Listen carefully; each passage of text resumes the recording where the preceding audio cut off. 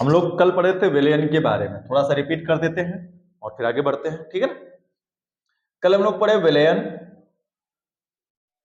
विलयन किसे कहते हैं सर जी? दो या दो से अधिक पदार्थों के समांगी मिश्रण को।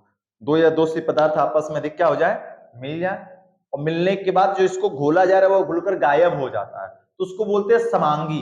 क्या कहते हैं हम लोग? हैं समांगी मिश्रण या विलयन कहते हैं, ठीक है ना। तो दो या दो से अधिक पदार्थ, जैसे हम बात करते हैं जल और चीनी को आपस में मिलाया जाकर घोला जाता है, तो चीनी पानी में जाकर क्या हो जाती है, गायब, यानी विलय हो जाती है, घुल जाती है।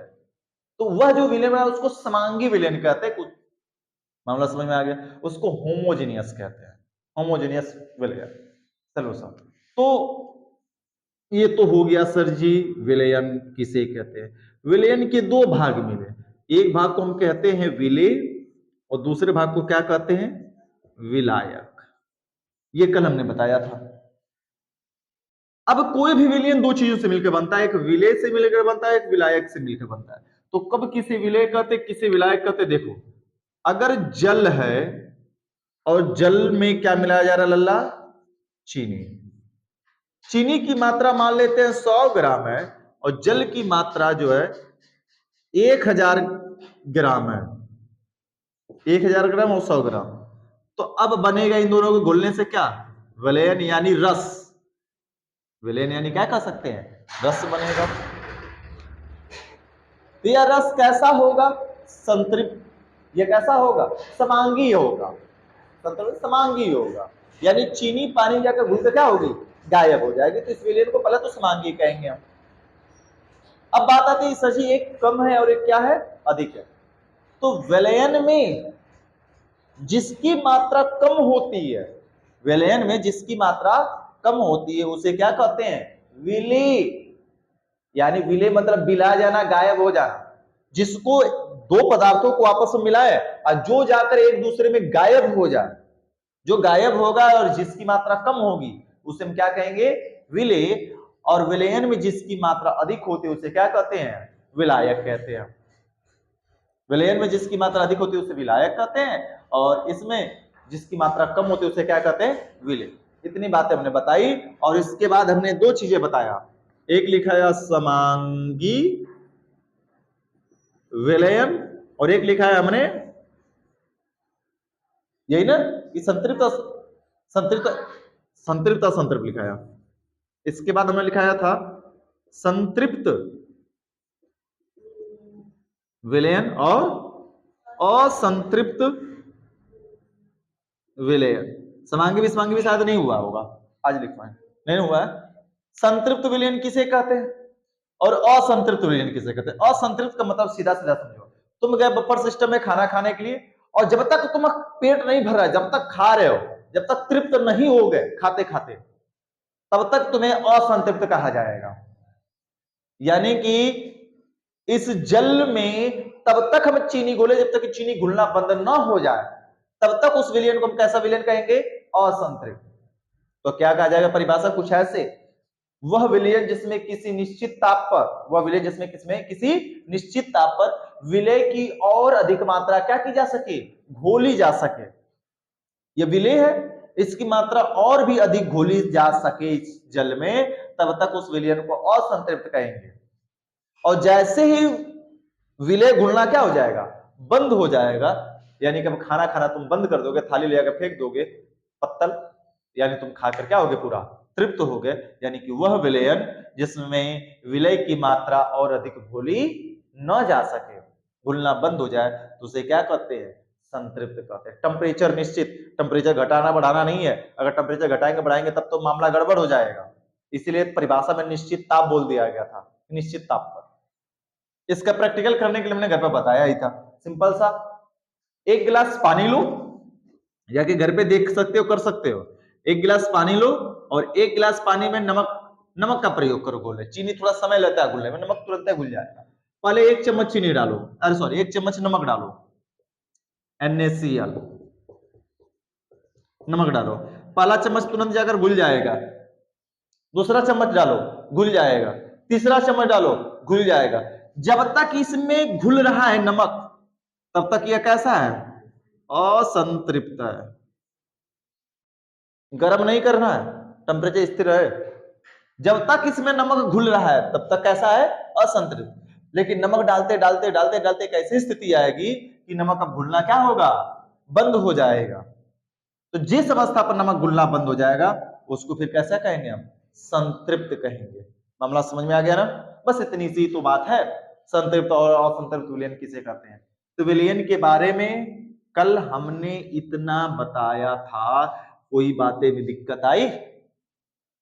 दो या दो से अधिक पदार्थों के समांगी मिश्रण को विलयन कहते हैं। विलयन के दो भाग होते हैं, एक होता है विलेय और एक होता है विलायक। विलेय किसे कहते हैं सर जी, तो विलयन में जिसकी मात्रा कम होती है उसे विलेय कहते हैं, और विलयन में जिसकी मात्रा अधिक होती है उसे क्या, विलायक। तो ये रहा विलेय और ये रहा विलायक। मामला क्लियर। विलयन दो प्रकार के, एक संतृप्त और एक असंतृप्त। संतृप्त विलयन किसे कहेंगे, ऐसा विलयन जिसमें विलेय घोला जा सके उसे असंतृप्त कहते हैं। संतृप्त किसे कहते हैं, वह विलय जिसमें विलय की मात्रा घोली न जा सके। ठीक है ना। आज की अगली हेडिंग समांगी और विषमांगी पढ़ेंगे हम लोग। हेडिंग देखो, समांगी विलयन। हेडिंग है समांगी विलयन।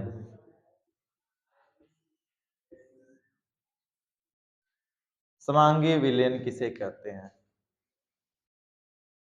सुनो जी, एकदम आसान भाषा में डल्ला। वह विलयन जिसमें विलय घुलने के बाद नग्न आंखों से देखा न जा सके। वह विलयन जिसमें विलय के घुलने के बाद, ये भैया विलयन हम बना रहे हैं, विलयन हम बना रहे हैं किससे किससे, नमक और प्लस जल से। तो यह क्या है, विलेय है, और यह क्या है, विलायक है। अब इसको हम इसमें घोलेंगे तो क्या नमकवा पनिया में घोलने के बाद दिखाई देता है, आइस पाइस आलू भंटा करोगे तब वो नहीं दिखाई देगा। ठीक है, ये पहला था एग्जाम्पल। दूसरा एग्जाम्पल की बात करते हैं। यूरिया को अगर जल में घोल दो तो क्या वह दिखाई देगा, नहीं दिखाई देगा। सब कैसा बनेगा, समांगी विलयन या मिश्रण कह सकते हैं इसको। ठीक है ना, समांगी विलयन या मिश्रण दोनों नाम से जाना जाता है। आगे देखते हैं, अगर ऐसे ही अल्कोहल,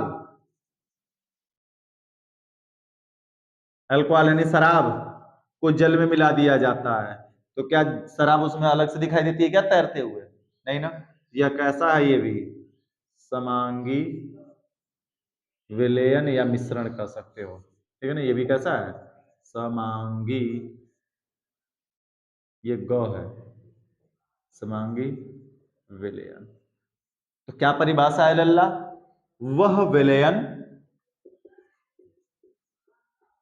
वह विलयन जिसमें विलय के कण घुलने के बाद, वह विलयन जिसमें विलय के कण घुलने के बाद नग्न आंखों से दिखाई न दे। सूक्ष्मदर्शी लगा के देखेंगे तो दिख सकते हैं, लेकिन नग्न आंखों से अगर हम ऐसे देखने का प्रयास करें तो दिखाई न दे, उस विलयन को कैसा विलयन कहते हैं, हमें समांगी विलयन कहते। मामला समझ में आ गया, चलो लिखा जाए, परिभाषा लिखो। समांगी विलयन हेडिंग है, बोले परिभाषा लिखो। वह विलयन, वह विलयन जिसमें, वह विलयन जिसमें विलय के कण घुलने के बाद, वह विलयन जिसमें विलय के कण घुलने के बाद, विलय के कण घुलने के बाद नग्न आंखों से नहीं दिखाई देते।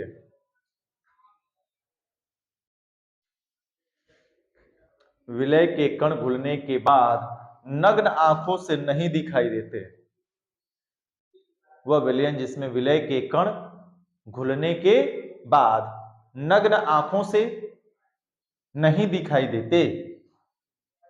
समांगीय विलयन, समांगीय विलयन या मिश्रण, समांगीय विलयन या मिश्रण कहलाते हैं, समांगीय विलयन या मिश्रण कहलाते। वो मामला समझ में आ गया? एग्जाम्पल उतार लो। विषमांगी मिश्रण,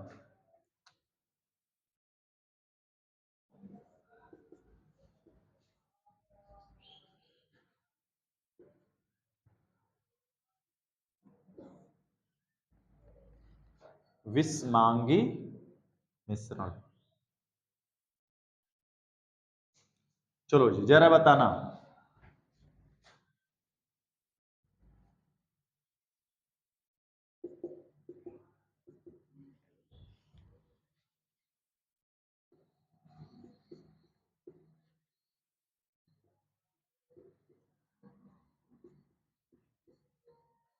जरा एक बात बताना बच्चा, विषमांगी विलयन या इसी को हम क्या कह सकते हैं जी?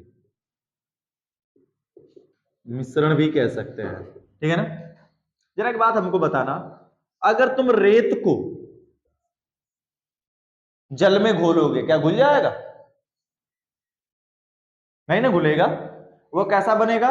विषमांगी विलयन या मिश्रण बनेगा। मिट्टी को घोलो तो क्या घुल जाएगी मिट्टी? नहीं ना घुलेगी। अगर हम यहीं पर बात कर लें,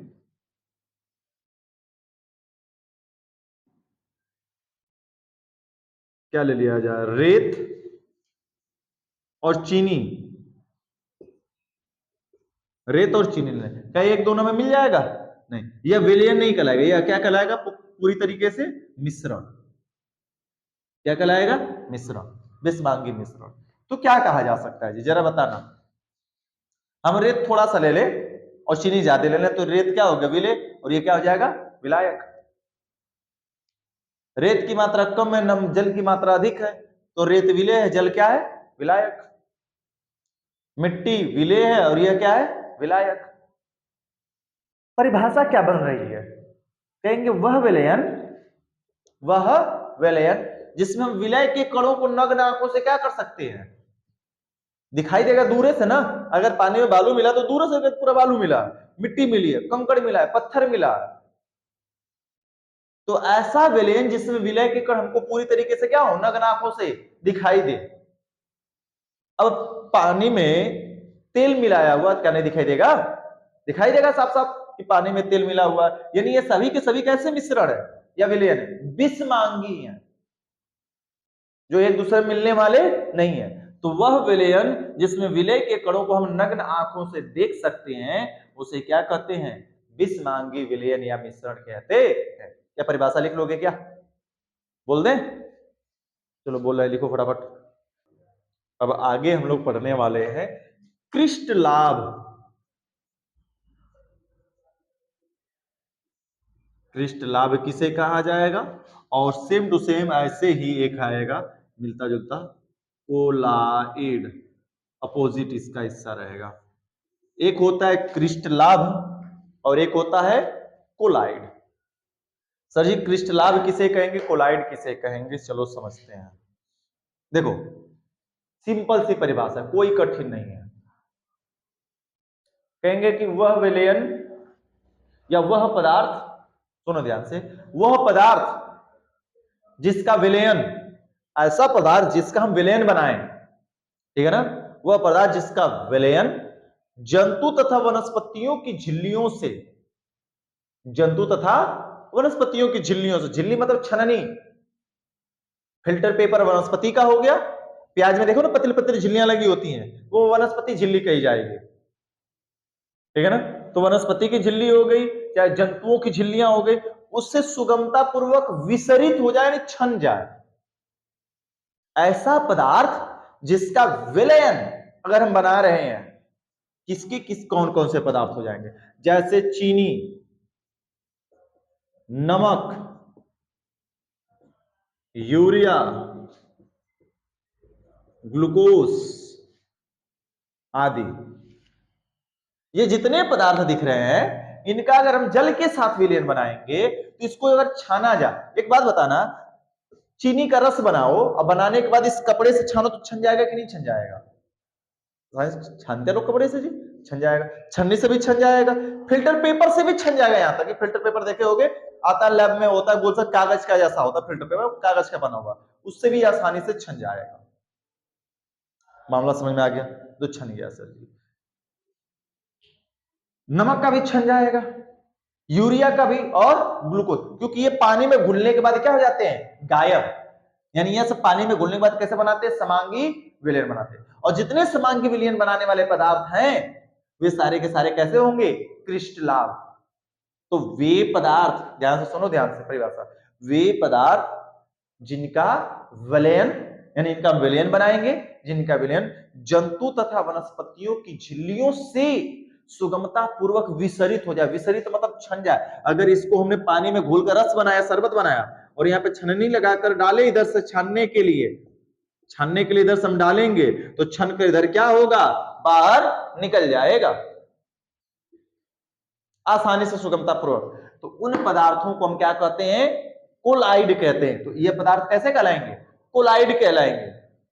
लेकिन ऐसे पदार्थ, ध्यान से सुनो, ऐसे पदार्थ जिसका विलयन जंतु और वनस्पति की झिल्ली से डालकर छाना जाए तो धीमे धीमे छने, बहुत ही धीरे धीरे, या बिल्कुल ही न विसरित हो। या तो छने तो बहुत धीरे धीरे छना, या तो फिर बिल्कुल ही न छने।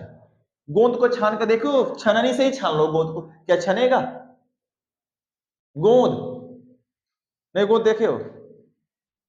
ऐसे तो जैसे गोंदा नहीं देखा, अरे चिपकाने वाला गोंद जो होता है, गोंद देखे हो ना? माड़ देखे हो? माड़ खाने वाला जो होता है, गोंद हो गया, माड़ हो गया, स्टार्च हो गया, यह सभी बाकी, वो अगर हम छन्नी से छानेंगे तो बिल्कुल धीमे धीमे विसरित होंगे या बिल्कुल ही विसरित नहीं होंगे। तो ऐसे पदार्थों को हम क्या कहते हैं? कोलाइड कहते हैं। फिर ध्यान से सुनो परिभाषा, वे पदार्थ जिनके विलयन जंतु तथा वनस्पतियों की झिल्लियों से सुगमता पूर्वक विसरित हो जाते हैं उसे क्या कहते हैं? कोलाइड कहते हैं। लेकिन ऐसे पदार्थ जिनके विलयन जंतु तथा वनस्पतियों की झिल्लियों से सुगमता पूर्वक विसरित न हो उन्हें क्या कहते हैं लल्ला? कोलाइड कहते हैं। इनको क्रिस्टलाभ कहेंगे और इनको क्या कहेंगे? कोलाइड। मामला समझ में आ गया? तो कल इनके बारे में लिखाया जाएगा, पढ़ाया जाएगा।